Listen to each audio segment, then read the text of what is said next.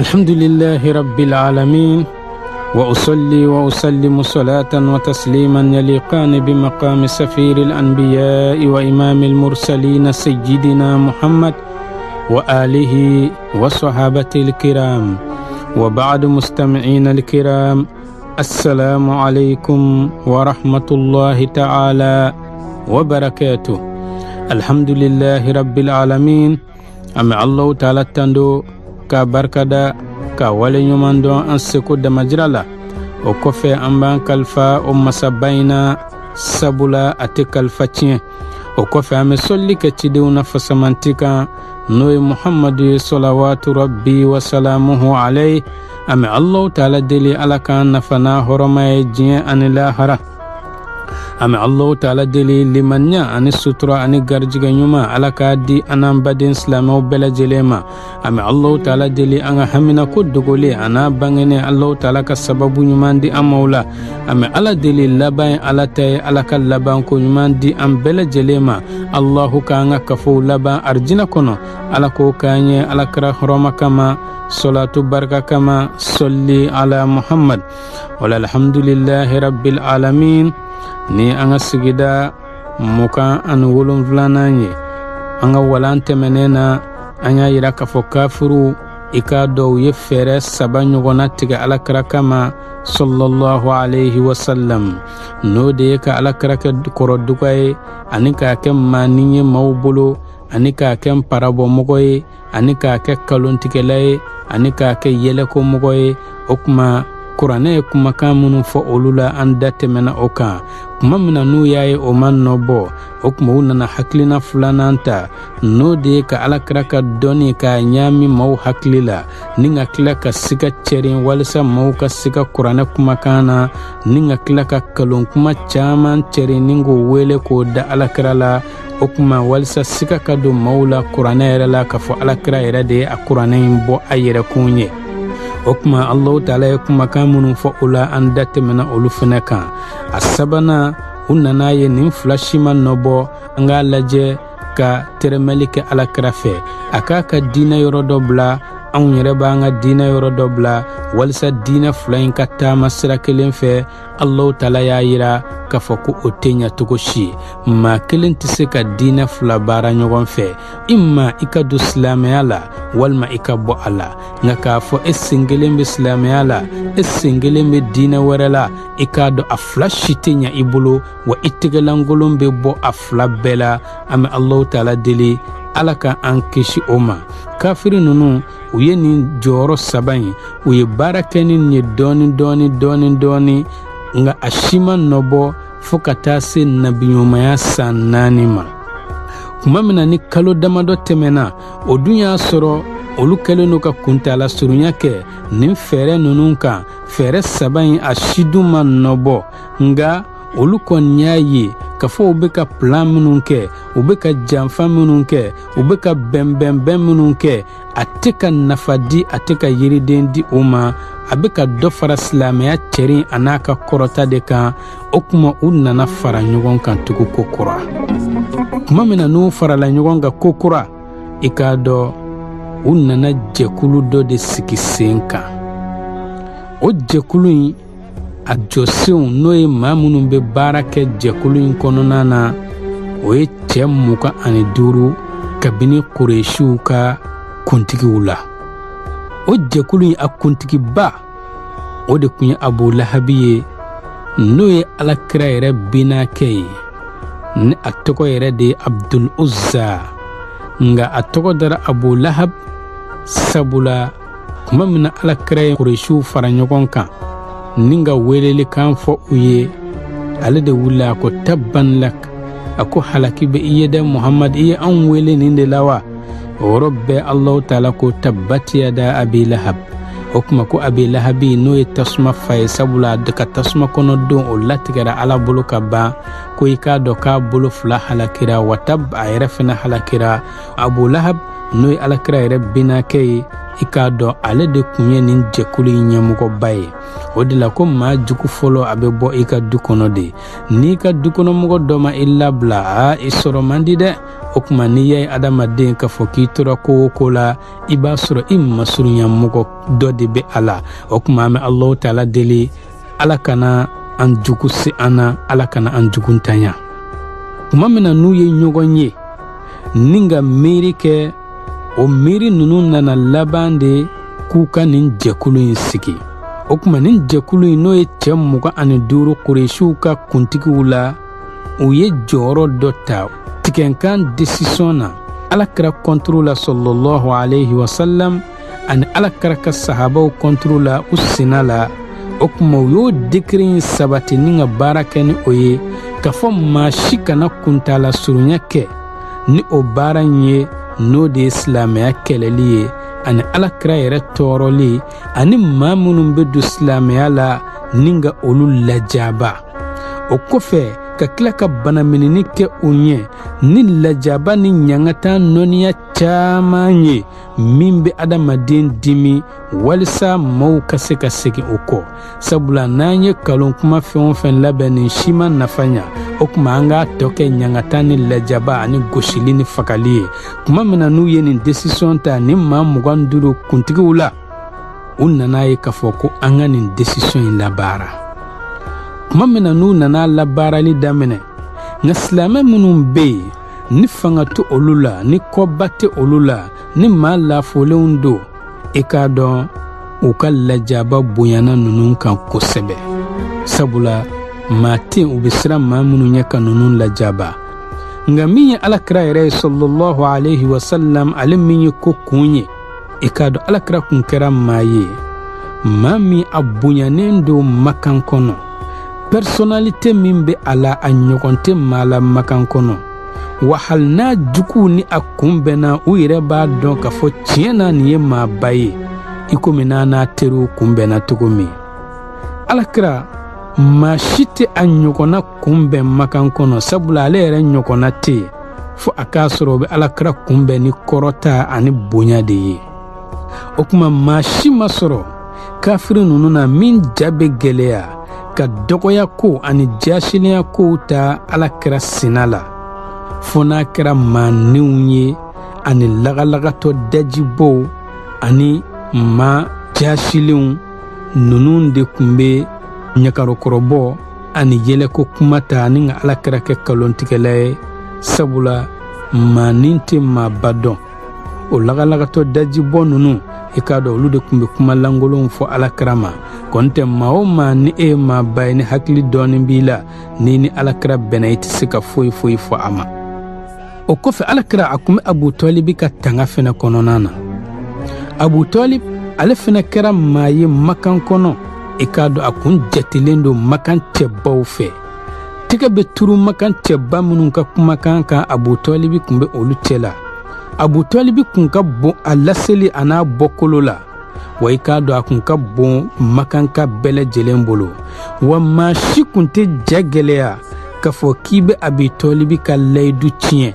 Sabula Abu Tɔlibi ye layidu ta k'a bɛ Alakira tanga, o kuma maa si ja tɛ gɛlɛya k'a b'o layidu in tiɲɛ ka Alakira tɔɔrɔ.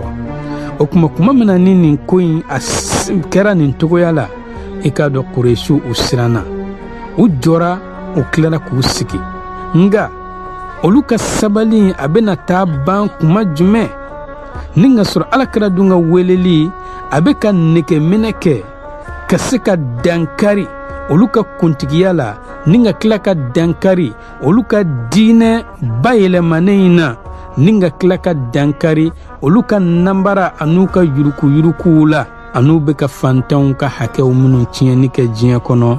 O kuma Alakira ka weleli bɛ ka dankari na, nga olu tɛ se ka se Alakira ma bonya min bɛ Alakira la, personnalité min bɛ a la, ani Abu Tɔlibi fɛnɛ kɛlen don ka Alakira don a ka tanga kɔnɔ. O kuma u tɛ ka se Alakira ma. Yala olu bɛna sabali ka se waati jumɛn ma sisan walisa ka se ka tɔɔrɔ se Alakira ma sallallahu alayhi wa sallam? I k'a dɔn nin ko in gɛlɛyara o bolo kosɛbɛ. Tɛmɛni walan ye maa minnu yɛrɛ kun bɛ Alakira ni sahabaw tɔɔrɔ kosɛbɛ, an bɛna an da se o maaw ma, o bɛ bɛn maa 10 ani maa 6 ɲɔgɔn na. Ninnu de ka tɔɔrɔ bonyana Alakira ni silamɛw kan kosɛbɛ. O maa 10 ani 6 an bɛna an da se olu ma kelen kelen. U sara cogo min, sabula n'i bilara Alakira kɔnturu la i k'a dɔn e laban ɲaman di dɛ. O kuma o maa 16 in u sara cogo jumɛn, u yɛrɛ ka lahalayaw kun bɛ cogo jumɛn, an bɛna an da don o la dɔɔni dɔɔni. O la yan'an ka don o maa 16 in olu ka kissa la, an y'a yira k'a fɔ Alakira sallallahu alayhi wa sallam Jibrila ye nakɔforo dɔ de da yira a la, k'a fɔ o nakɔforo in n'o bɛ bɛn nakɔforo 7 ma. Ko o nakɔforo 7 in ye ale Jibrila ja ka tɛmɛ a ka mɛlɛkɛya kan. Allahu Taala y'o nakɔforo 7 min di adamadenw ma, n'o de ye jogoba 7. O de bɛ adamadenya la. I k'a dɔn o ye adamadenya ja ale Jibrila ye ka tɛmɛ a ka mɛlɛkɛya jɔyɔrɔ kan. O kuma o jogoba 7 in an kun bɛ k'a fɔ kelen kelen, nka an bɛna bɛɛ lajɛlen fɔ nin wala in kɔnɔna na. A jogoba fɔlɔ o de ye salawatul khams ma al imam, ka farida 5 seli alimami kɔfɛ. I k'a dɔn nin ye koba ye, nin ye jogo belebele ye, jogo min ni Jibrila y'a kanu ka tɛmɛ a ka mɛlɛkɛya jɔyɔrɔ kan. Nka o dilen don anw ma bi gansan. Anw se man di misiri yɛrɛ la ni janaza tɛ, walima denkundi, walima furusiri. A jogoba 2 o de ye mujalasatu salihin. I k'i jija togo o togo, tile 3 kana tɛmɛ, walima dɔgɔkun kana tɛmɛ. A janyana togo o togo i kana kalo 1 kɛ ka sɔrɔ i ma t'i sigi Ala ka jɔnɲuman dɔ kɔrɔ, ni ka baro kɛ a fɛ hali n'a kɛra miniti 5 ye, ni ka i yɛrɛ kun charger o maa ɲuman in a ɲɛda nɔrɔ la.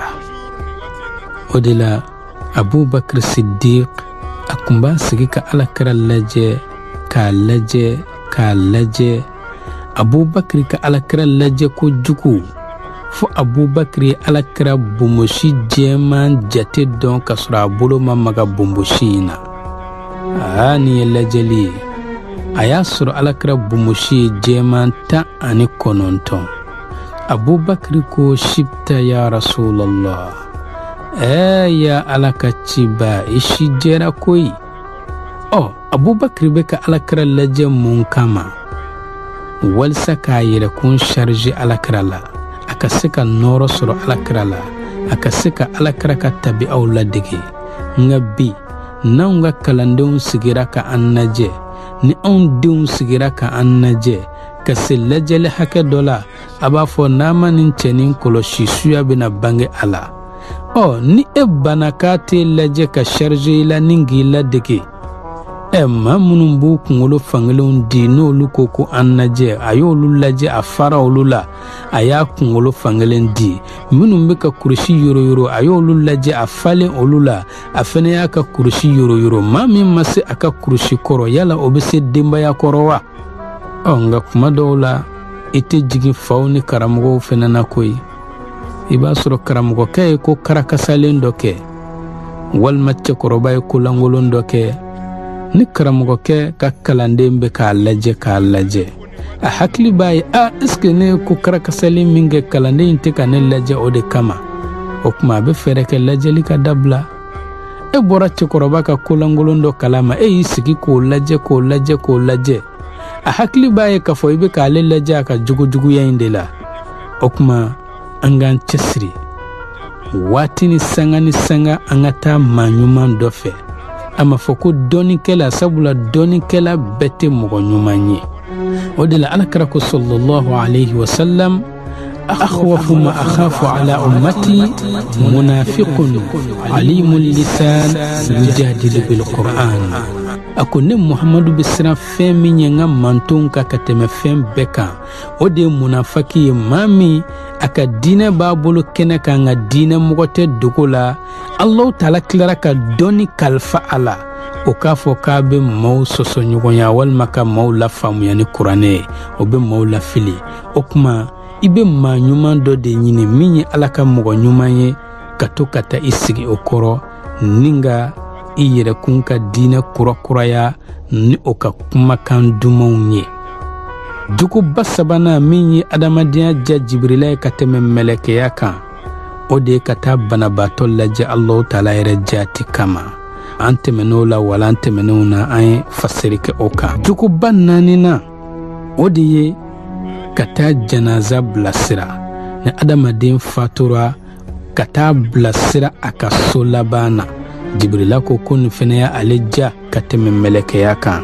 sabula Alakira ko sallallahu alayhi wa sallam ni maa min selila su kan ko qiratu ɲɔgɔnna baraji bɛ d'i ma n'o bi komi Uhudu kulu o kuma ni maa min taara su bilasira fɛnɛ qiratu ɲɔgɔnna bɛ d'i ma o fɛnɛ bi komi Uhudu kulu ka seli su kan ka taa bilasira a ka so laban na i bɛ Uhudu kulu ɲɔgɔnna 2 baraji de sɔrɔ o kuma a jogoba 5nan o de ye ka adamaden lami Allahu Taala yɛrɛ jaati kama an ye dɔ fɔ o fɛnɛ na o kuma jogoba 6nan o de ye ka fɔ ka bɛn kɛ maa 2 ni ɲɔgɔn cɛ maa minnu n'u fɔlen don ɲɔgɔn kɔ dugu 2 fɔra ɲɔgɔn kɔ ka fɔ ka bɛn kɛ u ni ɲɔgɔn cɛ kabila 2 fɔra ɲɔgɔn kɔ ka fɔ ka bɛn kɛ u ni ɲɔgɔn cɛ furuɲɔgɔn 2 fɔra ɲɔgɔn kɔ ka fɔ ka bɛn kɛ u ni ɲɔgɔn cɛ terima 2 fɔra ɲɔgɔn kɔ ka fɔ ka bɛn kɛ u ni ɲɔgɔn cɛ Jibirila ko nin fɛnɛ adamadenya diya ale ye ka tɛmɛ mɛlɛkɛya kan a jogoba 7nan n'o de ye nakɔforo laban ye ikramul jar wal yatim ka sigiɲɔgɔn bonya ani yatimɛdenw o de la Alakira ko sallallahu alayhi wa sallam ko Jibirila nana sigiɲɔgɔnya hakɛ fɔ ale ye a bɛ k'a fɔ ko fɔ ale Muhammadu y'a jigiya ko n'i fatura i sigiɲɔgɔn b'i tiɲɛ ta nka bi an ka sigiɲɔgɔnya bɛ cogo di an ka tɔɔrɔ ni dekun bɛɛ lajɛlen de ɲɛsinnen don an sigiɲɔgɔnw ma o kuma ka yatimɛden fana bonya Alakira ko sallallahu alayhi wa sallam ne Muhammadu ni yatimɛden bonyaba ani yatimɛden ladonbaga k'i k'a dɔn an 2 bɛ kɛ arijinɛ kɔnɔ tan Alakira tora a b'a jasira ni cɛmancɛro bana yira o kuma yatimɛden ladonni ko nin fɛnɛ nakɔforo belebele Jibirila ko nin ye adamadenya diya ale ye ka tɛmɛ a ka mɛlɛkɛya kan an bɛ Allahu Taala deli nin jogoba ninnu Ala k'a nɔgɔya ne ni aw ye o la maa minnu bɛ yen n'olu de kun kɛlen don ka tɔɔrɔ ta ni ka se Alakira ma an ka segin Alakira ka nakɔforo ma maa minnu kun bɛ ka Alakira juguya maa minnu bɛ ka tɔɔrɔ ta ka ɲɛsin a ma minnu bɛ ka Alakira kɛ kɔrɔduga ye minnu bɛ ka Alakira kɛ parabɔfɛn ye i k'a dɔn nin ye jamakulu dɔw de ye Kuresiw la a mɔgɔ kunkolobaw a bɛ bɛn cɛ 16 ma o kuma o cɛ 16 a maa fɔlɔfɔlɔ o de ye Alakira yɛrɛ binakɛ ye n'o ye Abu Lahabi ye n'a tɔgɔ de ye Abdul Uzza bun Abdul Muttalib o kuma nin de kun ka tɔɔrɔ ka bon Alakira kan sallallahu alayhi wa sallam wa nin de kun ka tɔɔrɔ ka bon silamɛw kan wa nin de kun bɛ Alakira kalontigiya a kun ka tɔɔrɔ dumenen don Alakira kan ale de kun kɛra a bɛ ɲamaw ani nɔgɔw ani bagan sɔfɛw ani fɛn tolilenw a kun bɛ ninnu de cɛ ni ka n'u kerun Alakira ka da la sabula ale ni Alakira kun ye sigiɲɔgɔn ye u ka du kun man jan ɲɔgɔn na o kuma a bɛ nin nɔgɔ ni ɲama ninnu bɛɛ ta a bɛ n'u kerun Alakira ka da la ani fɛn tolilenw minnu kasa bɔlen don Alakira kun bɛ to k'a fɔ sallallahu alayhi wa sallam ayyu jiwarin hadha ya bani Abdul Muttalib Abdul Mutalibu denw nin ye sigiɲɔgɔnya sugu jumɛn ye e ka nɔgɔw fili yɔrɔ ye i sigiɲɔgɔn ka da de ye Abdul Mutalibu denw Abu Lahabi ta ye sigiɲɔgɔnya sugu jumɛn ye dondo Hamza de aye abeka ni waliya in kɛ abeka taa nɔgɔw ni ɲamaw ni sɔfɛw ta k'u keru Alakira ka da la. Hamza yɛrɛ nan'o ɲaman dɔ ta ni ka sin k'o keru a kunkolo la. I k'a dɔn a tora a bɛ kunkolo firifiri a bɛ k'a fɔ ne jɛɲɔgɔn balimakɛ naloma yɛrɛ de ye koyi. Tuma min na ni Hamza ye nin kɛ a la a bɛ waliya min kɛ Alakira la a ye dɔɔnin bɔ o la. Abu Lahab i k'a dɔn a fatura Makan kɔnɔ. Tuma min na kibaruya nana yɔrɔ min k'a fɔ ko se kɛra kafiruw la Baduru kɛnɛ kan, o y'a sɔrɔ ale ye nafolo hakɛ min bɔ ni ka o kɛlɛ in finanse walasa dan ka kari Alakira n'a ka sahabaw la. Kɔlɔkɔlɔ nafolo tɛ. A ye nin kumakan mɛn yɔrɔ min ko se kɛra kafiruw la, kafiruw maa 150 ka o jɛ. Silamɛw n'o ye Alakira nɔfɛmɔgɔw ye mɔgɔ 300 ani mɔgɔ 13. N'a fɔra ko o sera ninnu na nin ma bɛn Abu Lahabi ma. O kuma i k'a dɔn nin jouera a dusukun kan kosɛbɛ. Allahu Taala tilara ka bana dɔ cu a kan, a bɛ fɔ bana min ma El Adasa. O kuma i k'a dɔn Abu Jahal a fatura ni nin jigitigɛ ye tan nin bana cɛjugu in fɛ. O kuma maa filanan min ni ale de kun ka tɔɔrɔ ka bɔ Alakira ni sahabaw kan kosɛbɛ a bɛ fɔ o de ma Al Aswad bun Abdi Yaghuth. I k'a dɔn nin ye Alakira bɛnkɛ den de ye. I k'a dɔn nin fana kun kɛra maaw dɔ ye maa minnu n'u bɛ parabɔli kɛ Alakira la. Ni nin cɛ in n'o ye Aswad bun Abdi Yaghuth ye n'a ye silamɛ fantanw ye a b'a fɔ a yɛrɛ nɔfɛmɔgɔw ye parabɔ kan a bɛ mun f'u ye haula'i mulukul ard. A ko ninnu minnu filɛ aw ɲɛ tɛ ninnu na ninnu de ye dugumakolo masakɛw ye minnu bɛ Alakira nɔfɛ. Alladhina yarithuna mulka Kisra. A bɛ minnu kun na bisikiya la ani manamanakan na k'a fɔ k'olu de bɛna Kisra masaya tiɲɛ ta n'u y'u ka ɲɛnamaya bɛɛ lajɛlen lanɔgɔ ni ka tugu Alakira ɲɔgɔn maani nɔfɛ. O kuma i k'a dɔn Aswad bun Abdi Yaghuth ale kun bɛ to ka nin kumakan in de fɔ nka don dɔ ale bɔra a ka so.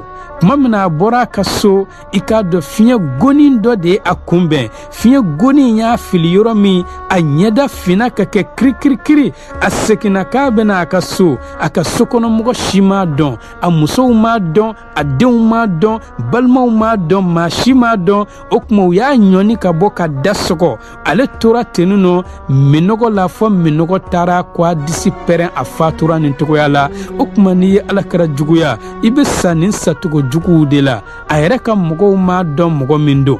Maa sabanan min n'o de ye juguya bilen ta ka Alakira sɛgɛrɛ a bɛ fɔ o ma Al-Harith bun Qais. Al-Harith bun Qais i k'a dɔn nin fana kun bɛ maaw la maa minnu bɛ parabɔli kɛ Alakira la sallallahu alayhi wa sallam. Harith bun Qais ale kun bɛ fara dɔ de ta a b'o bato nka n'a ye fara wɛrɛ ye min cɛ ka ɲi ka tɛmɛ o kan a bɛ fara fɔlɔ in bila ka filanan in bato. O kuma fɛn minnu ko ka di ale kun b'olu de bato fo Allahu Taala ye aya jigin a ka Qur'an kɔnɔ. Allahu Taala ko afara'ayta man ittakhadha ilahahu hawa. A ko Muhammad jala ma maa ye wa maa min ye a ka Ala minɛ ni ka kɛ a yɛrɛ ni dɔngɔ fɛnw ye. O kuma o Haris bun Qais i k'a dɔn a ye kɔgɔji jɛgɛ dɔ de dun. O kɔgɔji jɛgɛ in de ye minɔgɔ bila a la. A tora a bɛ ji min fɔ a kɔnɔbara taara fa. O kuma a sara o de fɛ. A ye ji min fɔ ji taara a faga. Dɔw fana ko yan'a ka fatu ko a kunkolo fara nɛn de la. O kuma a fatura nin togoya la. I k'a dɔn Alakira juguya o de kɛra sababu ye ni ka a fatu nin fatu togo jugu la tan. Maa naaninan min ni o de kun kɛlen don ka juguya bilen ta ni ka Alakira sɛgɛrɛ a bɛ fɔ o de ma Al-Walid bun al-Mughira. Walid bun al-Mughira i k'a dɔn nin kun kɛra cɛ ye jahiliya waati la. Allahu Taala kun ye se nɔgɔya ye fini min bɛ kɛ ka alikaba lameleke ale kelen pe de kun b'a jɔ ni o ye ni ka alikaba fɛɛrɛ bɔ. Wa i k'a dɔn Kuresiw de nana fara ɲɔgɔn kan ale yɔrɔ. O kuma ale ko u ma i k'a dɔn maaw bɛna aw ma hiji waati la u bɛna aw ɲininka ni Muhamadu in ka ko la n'o kɛra aw ka kumakan bɛna fɔ ɲɔgɔn kɔ Muhamadu ka koɲɛ la. Dɔ b'a fɔ ka fɔ nin cɛ in hadha sahirun kɔrɔtɛtigi de don wa yaqulu hadha kahinun nin fana b'a fɔ ko ayi koloninfila de don wa yaqulu hadha sha'irun nin fana b'a fɔ ayi dɔnkilidala de don wa yaqulu hadha majnunun nin b'a fɔ ayi fatɔ de don wa laysa yushbihu واحدا مما يقولون نغسر أو بك فون فو على كراني شي بولنتي أني كولون في الله بولنتي أني كورتي تيجي بولنتي أني دونغلي دالا بولنتي أني فاتو بولنتي أو بك أني فون فو أما على كراني شي ما بو أكون غسا ولكن أصلح ما قيل فيه ساهر أكو فونا نيوماندي أودي min fɔra alakira ma n'o de ye k'a fɔ ko kɔrɔtɛ tigi don a bɛɛ ka bɛn o kan a ka tɔ ninnu bila n'o ye fatoya ni dɔnkilidala ninnu ni kolonifila ye an b'a fɔ ko kɔrɔtɛ tigi don sabula a ka kumakan o bɛ adamaden ni balima fara ka bɔ ɲɔgɔn na a bɛ furuɲɔgɔnw fara ka bɔ ɲɔgɔn na a bɛ bangebaa ni den fara ka bɔ ɲɔgɔn na i k'a dɔn o baara in ka surun kɔrɔtɛ tigiya la o tuma ale de ye nin hakilina don Makan Kuresiw kun na walisa u ka nin cɛri kuma min na ale ye nin hakilina don alakira hijiralen kɔfɛ ka bɔ Maka ni ka taa Madina ni kalo 3 ɲɔgɔnna ye Walid bunil Mughira o y'a sɔrɔ a si bɛ san 90 ani san 5 a taamatɔ a sen sina ka siɲɛ kalabiɲɛ dɔ de la dɔw ko a sen siɲɛna ŋɔni dɔ de la ŋɔni in sina ka tarasinin bɔ a sen na o tarasi in de kɛra sababu ye ka Walid bun Mughira faga o tuma a tora nin togoya in de la tan maa 5nan min ni o de tun bɛ alakira ni sahabaw juguya kosɛbɛ o maa 5nan o ye maa 2 de ye n'o ye Umayya bun Khalaf ani Ubay bun Khalaf nin 2 bɛɛ lajɛlen fa ye Khalafu ye ninnu ye balima kelenw ye ninnu fana tun bɛ alakira tɔɔrɔ kosɛbɛ